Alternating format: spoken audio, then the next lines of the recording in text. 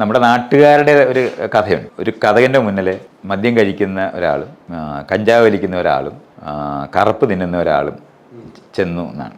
അപ്പോൾ അടഞ്ഞിരിക്കുകയാണ് കഥ. മദ്യപാനി മുട്ടാൻ തുടങ്ങി. തുറക്കട എന്നൊക്കെ പറഞ്ഞ് അലറുകയും ചവിട്ടി ഞാനിത് പൊളിക്കും എന്നൊക്കെ പറഞ്ഞുകൊണ്ടിരിക്കുക. അപ്പോൾ കഞ്ചാവ് വലിക്കുന്നവനെ അവിടെ ഇങ്ങനെ ഇരുന്നിട്ട് ഇങ്ങനെ നോക്കിയപ്പോൾ ഒരു താക്കോലിൻ്റെ ദ്വാരം കണ്ടു. നമുക്ക് ഈ ദ്വാരത്തിനകത്തൂടെ അങ്ങോട്ടങ്ങ് കയറിയാലോ എന്ന് പറഞ്ഞിട്ട് വളരെ സൂക്ഷ്മമായിട്ട് ഈ കാര്യങ്ങൾ.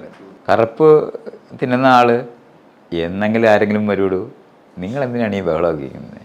കഥ എന്തെങ്കിലും തുറക്കുക. കഥ ആണെങ്കിൽ അടഞ്ഞാൽ ആരെങ്കിലും തുറക്കുമ്പോൾ നമുക്ക് കയറിയപ്പോലെ സമാധാനമായിട്ടിരിക്കാനാണ്.